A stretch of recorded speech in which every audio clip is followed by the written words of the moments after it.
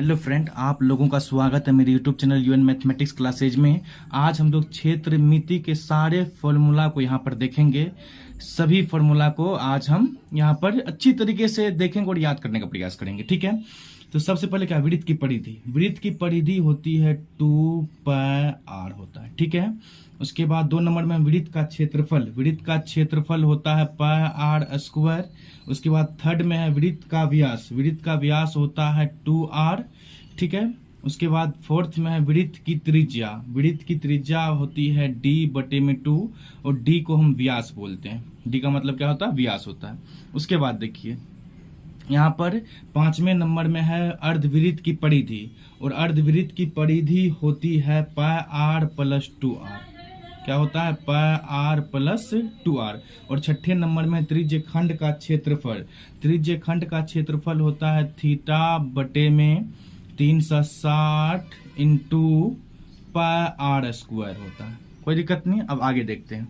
उसके बाद क्या है, 7th नंबर में त्रिज्य खंड की चाप की लंबाई। त्रिज्य खंड की चाप की लंबाई होता है θ/360 × 2πr होता है। कोई दिक्कत नहीं। फिर आगे देखिए 8वां नंबर में लघु वृत्त का क्षेत्रफल। इसका होता है θ/360 × πr² माइनस में 1/2r² साइन थीटा होता है। कोई दिक्कत नहीं। फिर नेक्स्ट फॉर्मूला देखते हैं, वृत्त के दीर्घखंड का क्षेत्रफल। तो वृत्त के दीर्घखंड का क्षेत्रफल होता है 360 माइनस θ/360 × πr² होता है। ठीक, अब नेक्स्ट फॉर्मूला देखते हैं, घन का वक्र पृष्ठ क्षेत्रफल 10 नंबर में है, जो कि इसका होता है 4 × भुजा²। ए का मतलब क्या होता है, भुजा होता है, इसको हम भुजा² कहते हैं। ठीक है, ए पर स्क्वायर मतलब भुजा²। उसके बाद 11 नंबर में क्या है, घन का कुल पृष्ठ क्षेत्रफल। इसका फॉर्मूला होता है 6 × भुजा²। ए² मतलब भुजा²। अब आगे देखते हैं। उसके बाद है 12 नंबर में घन का आयतन। घन का आयतन होता है भुजा³। ए का मतलब क्या होता है, भुजा, इस पर क्यूब कर दीजिए, कोई दिक्कत नहीं। उसके बाद 13 नंबर में घनाभ का वक्र पृष्ठ का क्षेत्रफल। इसका होता है 2h × l+v। h का मतलब होता है ऊंचाई, l का मतलब होता है लंबाई, b का मतलब चौड़ाई। यहाँ पर लिख लीजिए, h का मतलब होता है ऊंचाई, ठीक है। उसके बाद l का मतलब होता है लंबाई, उसके बाद b का मतलब होता है चौड़ाई। कोई दिक्कत नहीं। अब नेक्स्ट देखते हैं, घनाभ का संपूर्ण पृष्ठ क्षेत्रफल होता है 2 × lb + bh + hl। l का मतलब लंबाई, b का मतलब चौड़ाई, यहाँ पर b का मतलब चौड़ाई, h का मतलब ऊंचाई। ऊंचाई और लंबाई सब गुना में है, लंबाई गुना चौड़ाई, चौड़ाई गुना ऊंचाई और ऊंचाई गुना लंबाई। उसके बाद बेलन का वक्र पृष्ठ क्षेत्रफल होता है 2πrh। 2πrh होता है। अब आगे देखिए 16 नंबर में बेलन का संपूर्ण पृष्ठ क्षेत्रफल। इसका होता है 2πr × r+h होता है।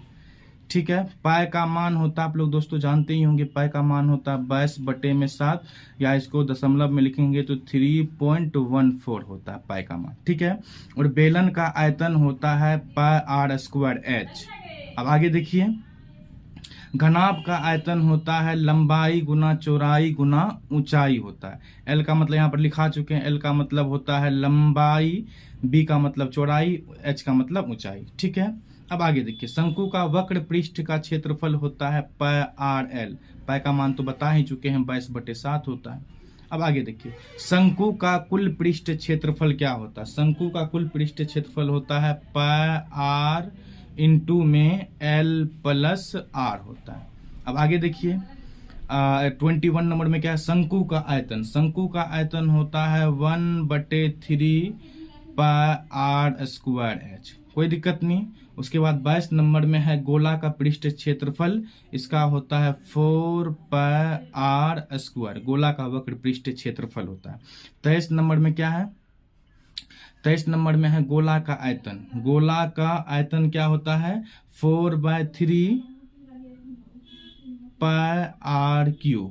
उसके बाद 24 नंबर में क्या, अर्धगोला का वक्र पृष्ठ का क्षेत्रफल, यही ना है। इसका फॉर्मूला होता है 2πr²। और लास्ट 2 को बचा हुआ, इसको भी कर लेते हैं। ये है अर्धगोला का कुल पृष्ठ क्षेत्रफल। अर्धगोला का कुल पृष्ठ क्षेत्रफल होता है 3πr²। और 26 नंबर में अर्धगोला का आयतन, इसका फॉर्मूला होता है 2/3πr³।